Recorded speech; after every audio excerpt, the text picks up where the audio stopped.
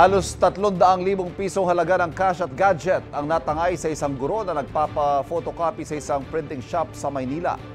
Natunto naman ang suspect pero wala na ang pera at ilang gamit. Laging uno ka sa balita ni Jomer Apresto, exclusive.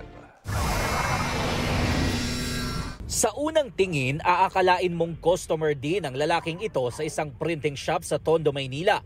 Pero ang lalaki, magnanakaw pala. Natangay niya ang gadgets at cash na aabot sa halos 300,000 pesos ang halaga ng babaeng nakapula. Ang biktima, isang high school teacher at nagpapa-photocopy noon ng grades ng kanyang mga estudyante.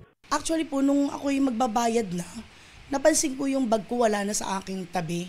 Doon na po nagsimula na parang natuyuan na ako ng laway. Hindi ko na ako gagawin ko para may himatay ako na talagang humingi na ako ng tulong kung saan-saan. Sa loob lang ng halos 1 minuto, natangay ng suspect ang 2 mamahaling cellphone, laptop, mga credit card, ID at halos 40,000 pesos na pambayad sana sa tuition ng kanyang anak. Nagsagawa ng follow-up operation ng Manila Police District hanggang sa natunto ng lalaki sa Bocaue, Bulacan kung saan nagnakaw din umano siya.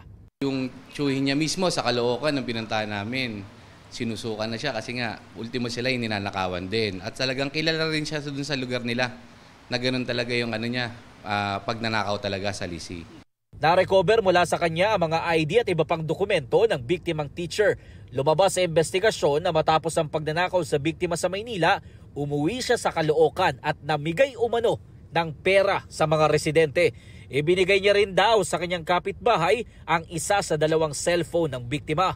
Namigay ng pera dun sa mga taga doon dahil nagtataka ka rin sila ba't ang daming pera. Allegedly, yung base sa impormasyon na yung pinuntahan niya doon na bahay, ang sinasabi ay pwestuhan daw ng illegal na droga.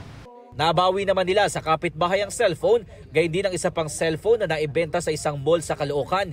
Hindi na nabawi ang pera, gayon din ang laptop ng biktima na ginagamit pa naman daw niya sa klase. Nahihirapan po ako ngayon. Almost 2 days na nga po akong hindi masyado makapagturo kasi nga po nandun yung mga files ko. Ayon sa biktima, tuloy ang pagsasampa niya ng reklamong robbery laban sa suspect. Sinusubukan pa namin mahinga ng pahayag ang suspect na nasa kustodiya ng Bocaue Police Station. Ito ang unang balita, Jomer Apresto para sa GMA Integrated News.